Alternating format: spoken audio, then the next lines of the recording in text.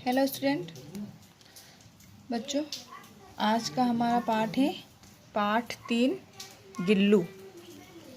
पिछले वीडियो में हमने आओ करे 10 ये वाली जो घटना थी उसको पढ़ लिया था और इसके क्वेश्चन आंसर, इस चैप्टर के क्वेश्चन आंसर हमने लिख लिए थे। आज हम शुरू करते हैं पाठ 3 गिल्लू।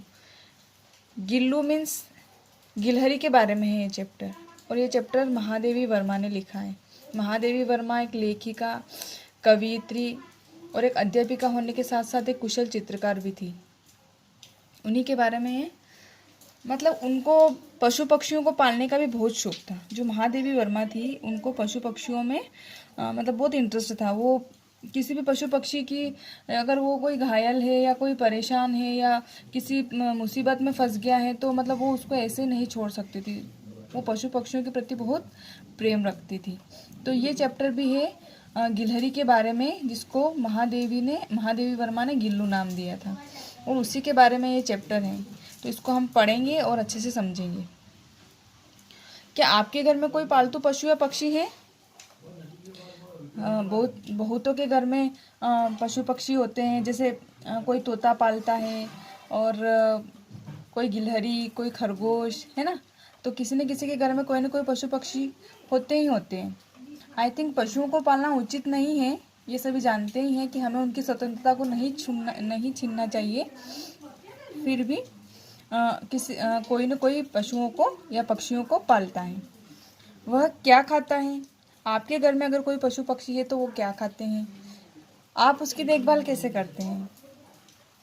चलिए देखते हैं ये चैप्टर पढ़ के कि महादेवी वर्मा ने गिल्लू की देखभाल कैसे करी थी। शुरू करते हैं, आओ पढ़े। सोन जूही में आज एक पीली कली लगी है। इसे देखकर अनायास ही उस छोटे जीव का स्मरण हो आया। इस लता के हरियाली में छिपकर बैठता था और फिर वह मेरे निकट पहुंचते ही कंधे पर कूदकर मुझे चौंका देता था। पर आज उस लघु प्राण की खोज है।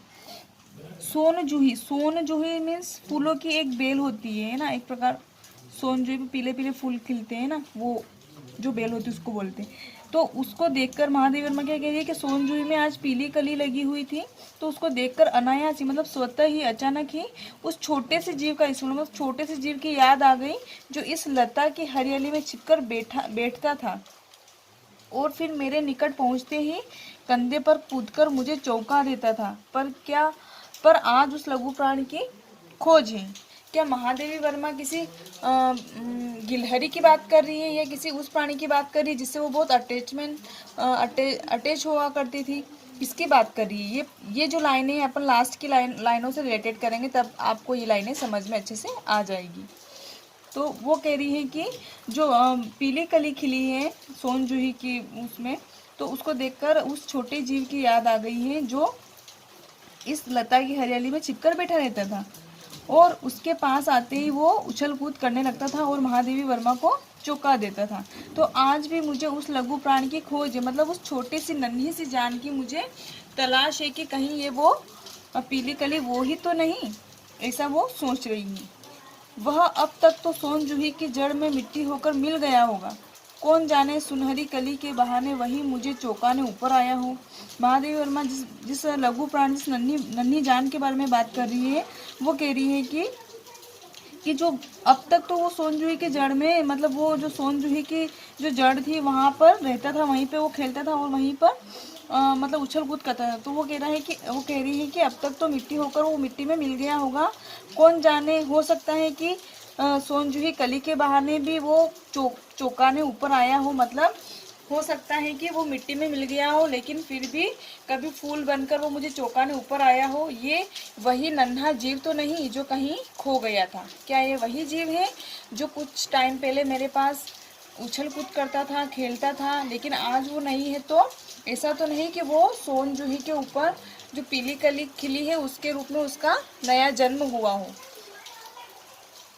आगे पढ़ते हैं। अचानक एक दिन सवेरे कमरे के बरामदे में आकर मैंने देखा कि 2 कौवे एक गमले के चारों ओर छुआवल जैसा खेल खेल रहे थे। यहाँ से कहानी शुरू होती है आपकी। लेखिका कहती है महादेवी वर्मा कि एक दिन क्या होता है कि सुबह सवेरे कमरे में बरामदे में आकर वो देखती है तो वहाँ पर क्या होता है कि दो कौवे जो होते हैं वो एक गमले के चारों तरफ छुआ छुएल मीन्स ये एक प्रकार का एक खेल है। छुआ छुएल मतलब किसी को छूकर भाग जाना और फिर हाथ नहीं आना, है ना। बच्चे इसे किसी न किसी रूप में अवश्य खेलते हैं और इसी का विकसित रूप भी है, जैसे खो खो है, कबड्डी है, आप बहुत सारे खेल खेलते हैं ना। वैसे ही छुआ छुअल मीन्स एक प्रकार का ऐसा खेल जिससे किसी को छूकर भागना और फिर हाथ नहीं आना। तो वो कह रहे हैं कि ऐसा खेल वो गमले के चारों ओर खेल रहे थे। हमारे पुरखे बेचारे न गरुड़ के रूप में आ सकते हैं, न मयूर के, न हंस के। उन्हें पितर पक्ष में हमसे कुछ पाने के लिए काक बनकर ही इस धरती पर उतरना पड़ता है। मीन्स लेखिका का मतलब ये है कि जो हमारे पुरखे हैं जो इस दुनिया में नहीं रहे हैं वो कभी भी गरुड़ या हंस के रूप में नहीं आते हैं। पितर पक्ष में वो अगर हमसे कुछ खाने पीने आते हैं, कुछ लेने आते हैं तो वो किस रूप में आते हैं वो किस रूप में आते हैं? कौवे के रूप में आते हैं, है ना। आपने देखा होगा कि वो जो पितृपक्ष में कौवे आते हैं ना वो किसी आस को लेकर आते हैं हमारे पास कि हमें कुछ ना कुछ जरूर मिलेगा। आगे पढ़ते हैं। मतलब वो हमसे कुछ पाने के लिए काक बनकर ही धरती पर आते हैं। इतना ही नहीं, हमारे दूरस्थ प्रियजनों को भी अपने आने का मधुर संदेश इनके कर्कश स्वर में ही देना पड़ता है। दूसरी ओर हम कौवा और काव काव करने को अवमानना के अर्थ में ही प्रयुक्त करते हैं। अवमानना मीन्स अपमान के रूप में। मतलब ऐसा कि हम इतना ही नहीं, हमारे दोस्त प्रियजनों को भी, मतलब जब हमारे घर में कोई मेहमान आने वाले होते हैं तो जैसे कौवा आके बैठा और काऊ काऊ की आवाज़ लगाता है तो हम क्या बोलते हैं कि शायद कोई मेहमान आने वाले हैं, है ना। तो उनके आने का जो मधुर संदेश वो अपनी कर्कश स्वर में ही देता है। मतलब कौवा काऊ काऊ बोलता है ना, कौवे की कर्कश आवाज़ किसी को पसंद नहीं आती है, लेकिन फिर भी वो किसी के आने की सूचना देता है तो अपनी कर्कश आवाज़ में ही देता है। दूसरी ओर कौवा का काऊ काऊ करना अवमानना के अर्थ में प्रयुक्त होता है। मतलब हम कौवे का बोलना या उसकी आवाज़ लगाना को हम अशुभ मानते हैं, अपमान की दृष्टि से देखते हैं। मेरे काक पुराण के विवेचन में अचानक बाधा आ पड़ी क्योंकि गमले और दीवार की संधि में छिपे छोटे से जीव पर मेरी दृष्टि रुक गई। निकट जाकर देखा गिलहरी का एक छोटा सा बच्चा है जो संभवतः घोंसले से गिर पड़ा और अब कौवे उसमें सुलभ आहार खोज रहे हैं। सुलभ आहार मीन्स सुलभ मतलब आसानी से प्राप्त होने वाला खोज रहे हैं, है ना। तो लेखिका क्या कह रही है यहाँ पे कि मैं ऐसे कुछ व्याख्या करी थी, तभी क्या हुआ कि मैं देखती हूँ कि गमले और दीवार के बीच में संधि मतलब जो मेल था दोनों के बीच में छोटे से जीव पर उसकी दृष्टि रुकी। मतलब उसने देखा कि वहाँ पे एक छोटा सा जीव पड़ा हुआ था तो गिलहरी ने वहाँ निकट जाकर देखा तो गिलहरी का एक छोटा सा बच्चा था। वहाँ पे गिलहरी का एक बच्चा पड़ा हुआ था जो संभवतः घोंसले से गिर पड़ा हो। ऐसा लग रहा था कि जैसे वो घोंसले से नीचे गिर गया है। और कौवे जो थे वो दोनों जो कौवे थे वो क्या कर रहे थे, उसमें आसानी से प्राप्त होने वाला जो आहार उसमें ढूंढ रहे थे। काकद्वय की चोंचों के दो घाव उस लघु प्राण के लिए बहुत थे। अब निश्चेष्ट सा गमले से चिपटा पड़ा था। काकद्वय मीन्स मतलब का प्रयोग जो हुआ है ये मतलब काकद्वय का द्वय का अर्थ होता है दो। काक मतलब कौवा और द्वय का अर्थ होता है दो। इस प्रकार दो कौवे, है ना। इसका अर्थ क्या हुआ, दो कौवे कि चोंचों के दो घाव उस लघु प्राण के लिए बहुत मतलब जो दोनों कौवे थे उसको परेशान कर रहे थे। उसने चोंच मार मार के उसको बहुत घातक उसको घाव लगा दिए थे। मतलब तो वो मतलब एक निश्चित सा मतलब एक जैसे क्या बोलते उसको बेहोश टाइप वो पड़ गया, मतलब पड़ा हुआ था और जैसे उसको कोई होश ही नहीं था। इस तरीके से वो परेशान हो रहा था। सबने कहा कौवे की चोंच का घाव लगने के बाद ये बच नहीं सकता, इसे ऐसे ही रहने दिया जाए। परंतु मन नहीं माना। उसे होले से उठाकर अपने कमरे में लाई। फिर रोई से रक्त पोंछकर घावों पर पेनिसिलिन का मरहम लगाया। लेखिका कह रही है कि जो इस तरीके से वो निश्चेष्ट सा पड़ा था तो सबने कहा कि इसको यही पड़ा रहने दिया जाए क्योंकि अब कौवों ने जो है इनको बहुत चोट मारी है तो ये बहुत ऐसा हो गया है, तो अब इसको अंदर ले जाने की या इसकी मदद करने से कोई फ़ायदा नहीं होने वाला है, इसको ऐसा ही छोड़ दिया जाए। परंतु लेखिका का मन नहीं माना और वो उसको धीरे से उठाकर अपने कमरे में लाई और उसका इलाज करा। रुई की पतली बत्ती दूध में भिगोकर जैसे तैसे उसके नन्हे से मुंह में लगाई, पर मुंह न खुल सका और दूध की बूंदें दोनों ओर लुढ़क गई। कई घंटे के उपचार के उपरांत उस मुंह में एक बूंद पानी टपकाया जा सका। तीसरे दिन वह अपने नन्हे पंजों से मेरी उंगली पकड़कर नीले कांच की मोतियों जैसी आंखों से इधर उधर देखने लगा। लेखिका कहती है कि जब उसको मैं कमरे में लेकर आई तो उसको मैंने उसका उपचार किया और रुई से उसने क्या करा कि उसके मुंह में रुई को दूध में भिगोकर उसने उसके मुंह में डालने की कोशिश करी, पर वो उसके मुंह में नहीं जा सका, तो इधर उधर दोनों तरफ साइड में गिर गया और वो उसके अंदर नहीं गिरा। बड़ी मुश्किल से एक बूंद पानी उसके मुंह में गया। तो 3 दिन बाद उसे थोड़ा सा मतलब होश टाइप आया और उसने क्या करा कि वो उसकी जो आंखें थी मोती जैसी चमक रही थी, इधर उधर देखने लगा और वो स्वस्थ होने लगा। 3-4 मास में उसके चिकने रोए, जब्बेदार पूंछ और चमकीली आंखें, चंचल चमकीली आंखें सबको हैरानी में डालने लगी। मतलब उसको 2-3 महीने लगे, लेकिन फिर वो बिल्कुल अच्छा हो गया, कंप्लीट हो गया, व्यवस्थित हो गया और थोड़ा बड़ा होने लगा। हमने उसकी जातिवाचक संज्ञा को व्यक्तिवाचक संज्ञा का रूप दे दिया और इस प्रकार उसे गिल्लू कहकर हम पुकारने लगे। मैंने फूल रखने के लिए एक छोटी हल्की डलिया में बिछाकर उसे तार की खिड़की से लटका दिया। इस लाइन का मतलब है कि हमने उसकी जातिवाचक संज्ञा को व्यक्तिवाचक संज्ञा का रूप दिया। मीन्स आप जानते ही हैं संज्ञा के बारे में, आपने संज्ञा का टॉपिक पढ़ा होगा ग्रामर में, है ना। व्यक्तिवाचक संज्ञा और जातिवाचक संज्ञा में क्या डिफरेंस है ना। जातिवाचक जो संपूर्ण जाति का बोध कराती है ना। मीन्स जैसे गिलहरी, तो गिलहरी में संपूर्ण जाति का बोध हो रहा है, सब गिलहरियां आ गई। तो लेखिका क्या कह रही है कि हमने उसकी जातिवाचक संज्ञा को व्यक्तिवाचक का रूप दिया। मतलब गिलहरी का नाम हटाकर गिलहरी नहीं बोल के उसको क्या नाम दे दिया, गिल्लू नाम दे दिया। तो वो क्या बन गया, किसी व्यक्ति का नाम हो गया। मतलब वो क्या है, व्यक्तिवाचक संज्ञा के अंतर्गत आ गई। तो इस लाइन का मतलब हुआ कि जातिवाचक जो गिलहरी थी उसको क्या नाम दे दिया, गिल्लू नाम दे दिया। तो और इस प्रकार उसे गिल्लू कहकर पुकारने लगे। तो वो क्या बन गई, गिलहरी क्या बन गई, गिल्लू मतलब क्या बन गई, व्यक्तिवाचक संज्ञा। मैंने फूल रखने की एक छोटी हल्की डलिया में रुई बिछाकर उसे तार से खिड़की पर लटका दिया। तो लेखिका ने उसके बैठने की और सोने की व्यवस्था उसमें कर दी। वहीं 2 वर्ष गिल्लू का घर रहा। वह स्वयं हिलाकर अपने घर में झूला झूलता और अपनी कांच के मनके जैसी आंखों से न जाने क्या देखता समझता रहता था। उसकी समझदारी और कार्यों से सबको आश्चर्य होता था। तो 2 साल तक गिल्लू का घर वही रहा जहाँ लेखिका ने बनाया था। एक हल्की दलिया में बिछोना बिछाकर उसको खिड़की से लटका दिया था। तो वही वहाँ पर 2 साल तक गिल्लू वहाँ पर रहा। वो खुद ही अपने आप को झूला झूलाता और उसकी जो अच्छी आंखें थी मनके जैसी मोती सी वो चमकती रहती थी, न जाने क्या देखता रहता था। और उसकी समझदारी और कार्यों से मतलब सबको आश्चर्य होता था। वो इतना अच्छा और समझदार था कि सब उसको देखकर बहुत खुश होते थे। अब बच्चों हमने यहाँ तक पढ़ लिया है, इसके आगे हम नेक्स्ट वीडियो में पढ़ेंगे। अब मैं आपको PDF सेंड करूँगी, तो आपको PDF में जो शब्दार्थ है वो आपको अपनी कॉपी में लिखना है। और ये जो चैप्टर मैंने आपको अभी रीड करा और समझाया है, इसको वापस से आप पढ़िए यहाँ तक और अच्छे से समझिएगा। Thank you, have a nice day. Hello student, बच्चों आज का हमारा पाठ है पाठ 3 गिल्लू।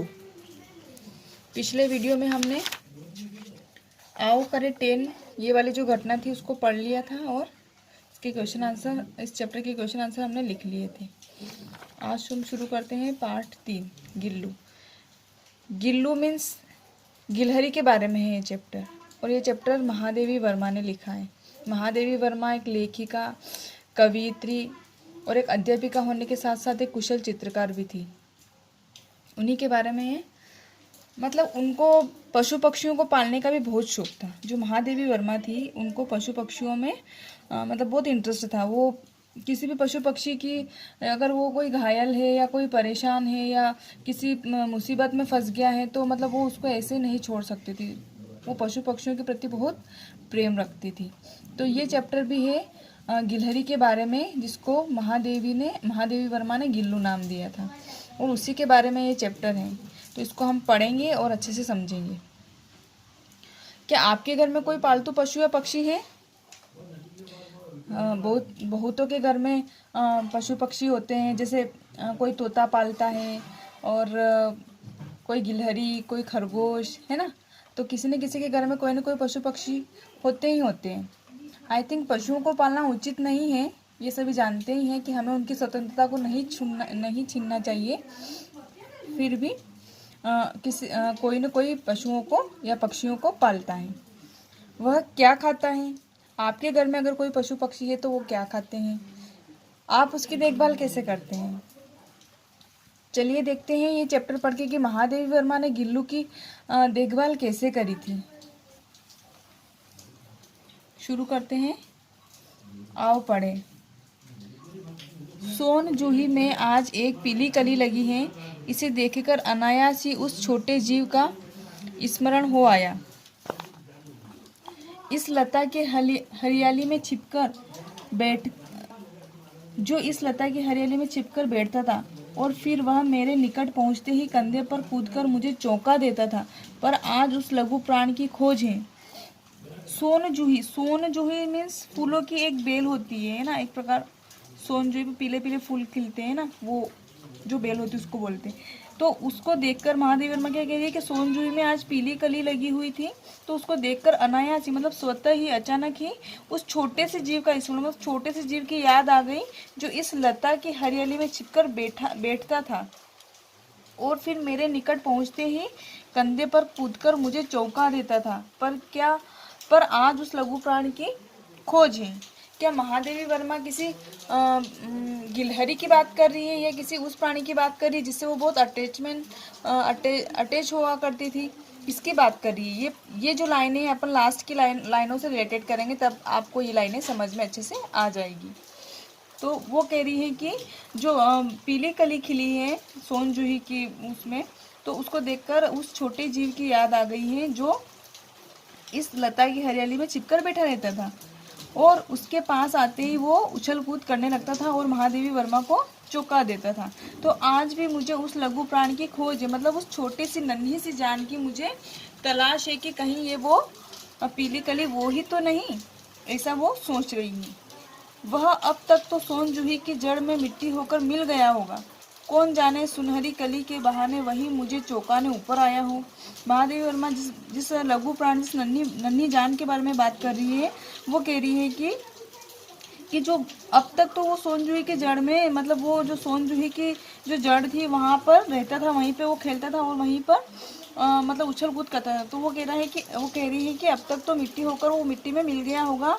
कौन जाने, हो सकता है कि सोन जूही कली के बहाने भी वो चौंकाने ऊपर आया हो, मतलब हो सकता है कि वो मिट्टी में मिल गया हो, लेकिन फिर भी कभी फूल बनकर वो मुझे चौंकाने ऊपर आया हो। ये वही नन्हा जीव तो नहीं जो कहीं खो गया था? क्या ये वही जीव है जो कुछ टाइम पहले मेरे पास उछल कूद करता था, खेलता था, लेकिन आज वो नहीं है? तो ऐसा तो नहीं कि वो सोन जूही के ऊपर जो पीली कली खिली है उसके रूप में उसका नया जन्म हुआ हो।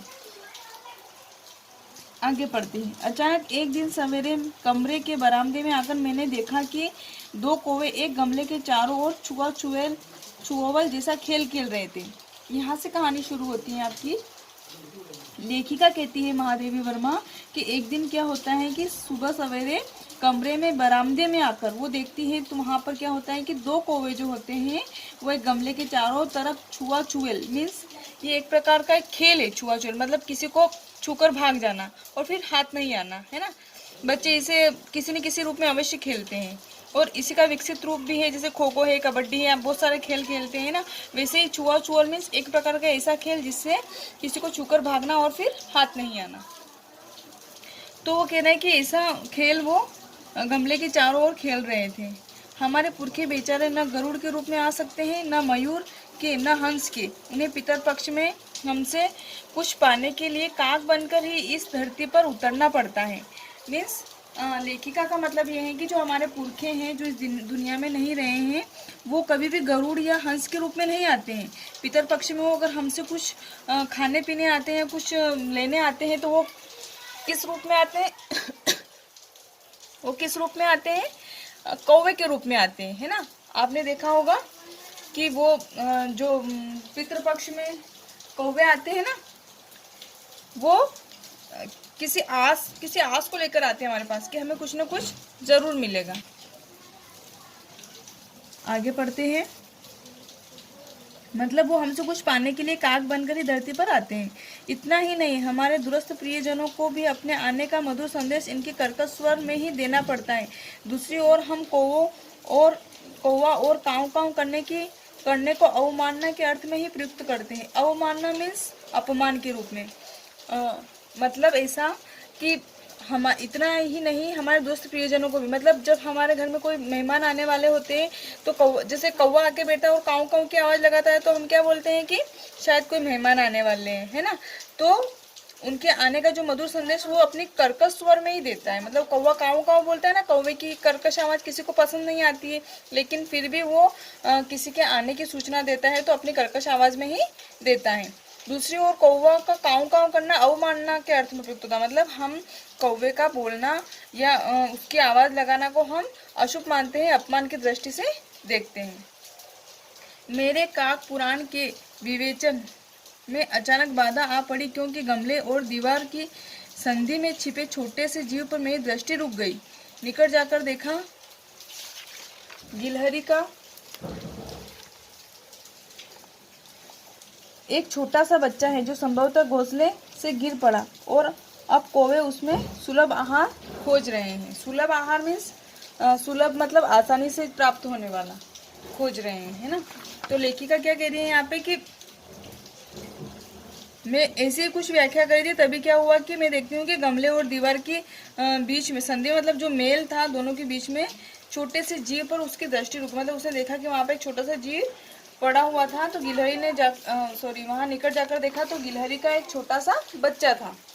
वहाँ पे गिलहरी का एक बच्चा पड़ा हुआ था, जो संभवतः घोंसले से गिर पड़ा हो। ऐसा लग रहा था कि जैसे वो घोंसले से नीचे गिर गया है। और कौवे जो थे, वो दोनों जो कौवे थे, वो क्या कर रहे थे, उसमें आसानी से प्राप्त होने वाला जो आहार उसमें ढूंढ रहे थे। काकद्वय की चोंचों के 2 घाव उस लघु प्राण के लिए बहुत थे। अब निश्चेष्ट सा गमले से चिपटा पड़ा था। काकद्वय मीन्स मतलब का प्रयोग जो हुआ है, ये मतलब काक द्वय का अर्थ होता है 2। काक मतलब कौवा और द्वय का अर्थ होता है 2। इस प्रकार 2 कौवे, है ना। इसका अर्थ क्या हुआ, 2 कौवे कि चोंचों के 2 घाव उस लघु प्राण के लिए बहुत मतलब जो दोनों कौवे थे उसको परेशान कर रहे थे। उसने चोंच मार मार के उसको बहुत घातक उसको घाव लगा दिए थे। मतलब तो वो मतलब एक निष्ठुर सा, मतलब एक जैसे क्या बोलते उसको, बेहोश टाइप वो पड़ गया, मतलब पड़ा हुआ था, और जैसे उसको कोई होश ही नहीं था। इस तरीके से वो परेशान हो रहा था। सबने कहा कौवे की चोंच का घाव लगने के बाद ये बच नहीं सकता, इसे ऐसे ही रहने दिया जाए। परंतु मन नहीं माना, उसे होले से उठाकर अपने कमरे में लाई। फिर रोई से रक्त पोंछकर घावों पर पेनिसिलिन का मरहम लगाया।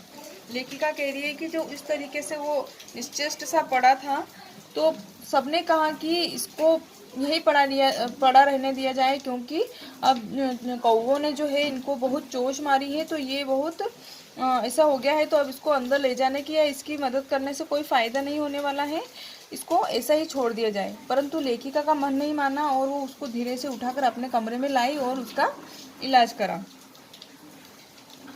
रुई की पतली बत्ती दूध में भिगोकर जैसे तैसे उसके नन्हे से मुंह में लगाई, पर मुंह न खुल सका और दूध की बूंदें दोनों ओर लुढ़क गई। कई घंटे के उपचार के उपरांत उस मुंह में एक बूंद पानी टपकाया जा सका। तीसरे दिन वह अपने नन्हे पंजों से मेरी उंगली पकड़कर नीले कांच की मोतियों जैसी आंखों से इधर उधर देखने लगा। लेखिका कहती है कि जब उसको मैं कमरे में लेकर आई तो उसको मैंने उसका उपचार किया, और रुई से उसने क्या करा कि उसके मुंह में रुई को दूध में भिगोकर उसने उसके मुंह में डालने की कोशिश करी, पर वो उसके मुंह में नहीं जा सका, तो इधर उधर दोनों तरफ साइड में गिर गया और वो उसके अंदर नहीं गिरा। बड़ी मुश्किल से एक बूंद पानी उसके मुंह में गया। तो 3 दिन बाद उसे थोड़ा सा मतलब होश टाइप आया और उसने क्या करा कि वो उसकी जो आंखें थी मोती जैसी चमक रही थी, इधर उधर देखने लगा और वो स्वस्थ होने लगा। 3-4 मास में उसके चिकने रोए, जब्बेदार पूंछ और चमकीली आंखें, चंचल चमकीली आंखें सबको हैरानी में डालने लगी। मतलब उसको 2-3 महीने लगे, लेकिन फिर वो बिल्कुल अच्छा हो गया, कंप्लीट हो गया, व्यवस्थित हो गया और थोड़ा बड़ा होने लगा। हमने उसकी जातिवाचक संज्ञा को व्यक्तिवाचक संज्ञा का रूप दे दिया और इस प्रकार उसे गिल्लू कहकर हम पुकारने लगे। मैंने फूल रखने के लिए एक छोटी हल्की डलिया में बिछाकर उसे तार की खिड़की से लटका दिया। इस लाइन का मतलब है कि हमने उसकी जातिवाचक संज्ञा को व्यक्तिवाचक संज्ञा का रूप दिया। मीन्स आप जानते ही हैं संज्ञा के बारे में, आपने संज्ञा का टॉपिक पढ़ा होगा ग्रामर में, है ना। व्यक्तिवाचक संज्ञा और जातिवाचक संज्ञा में क्या डिफरेंस है ना। जातिवाचक जो संपूर्ण जाति का बोध कराती है ना। मीन्स जैसे गिलहरी, तो गिलहरी में संपूर्ण जाति का बोध हो रहा है, सब गिलहरियां आ गई। तो लेखिका क्या कह रही है कि हमने उसकी जातिवाचक संज्ञा को व्यक्तिवाचक का रूप दिया। मतलब गिलहरी का नाम हटाकर गिलहरी नहीं बोल के उसको क्या नाम दे दिया, गिल्लू नाम दे दिया। तो वो क्या बन गया, किसी व्यक्ति का नाम हो गया, मतलब वो क्या है, व्यक्तिवाचक संज्ञा के अंतर्गत आ गई। तो इस लाइन का मतलब हुआ कि जातिवाचक जो गिलहरी थी उसको क्या नाम दे दिया, गिल्लू नाम दे दिया। तो और इस प्रकार उसे गिल्लू कहकर पुकारने लगे। तो वो क्या बन गई, गिलहरी क्या बन गई, गिल्लू मतलब क्या बन गई, व्यक्तिवाचक संज्ञा। मैंने फूल रखने की एक छोटी हल्की डलिया में रुई बिछाकर उसे तार से खिड़की पर लटका दिया। तो लेखिका ने उसके बैठने की और सोने की व्यवस्था उसमें कर दी। वहीं 2 वर्ष गिल्लू का घर रहा। वह स्वयं हिलाकर अपने घर में झूला झूलता और अपनी कांच के मनके जैसी आंखों से न जाने क्या देखता समझता रहता था। उसकी समझदारी और कार्यों से सबको आश्चर्य होता था। तो 2 साल तक गिल्लू का घर वही रहा जहाँ लेखिका ने बनाया था। एक हल्की दलिया में बिछोना बिछाकर उसको खिड़की से लटका दिया था। तो वही वहाँ पर 2 साल तक गिल्लू वहाँ पर रहा। वो खुद ही अपने आप को झूला झूलाता और उसकी जो अच्छी आंखें थी मनके जैसी मोती सी वो चमकती रहती थी, न जाने क्या देखता रहता था। और उसकी समझदारी और कार्यों से मतलब सबको आश्चर्य होता था। वो इतना अच्छा और समझदार था कि सब उसको देखकर बहुत खुश होते थे। अब बच्चों हमने यहाँ तक पढ़ लिया है, इसके आगे हम नेक्स्ट वीडियो में पढ़ेंगे। अब मैं आपको पीडीएफ सेंड करूँगी, तो आपको पीडीएफ में जो शब्दार्थ है वो आपको अपनी कॉपी में लिखना है। और ये जो चैप्टर मैंने आपको अभी रीड करा और समझाया है, इसको वापस से आप पढ़िए यहाँ तक और अच्छे से समझिएगा। Thank you, have a nice day.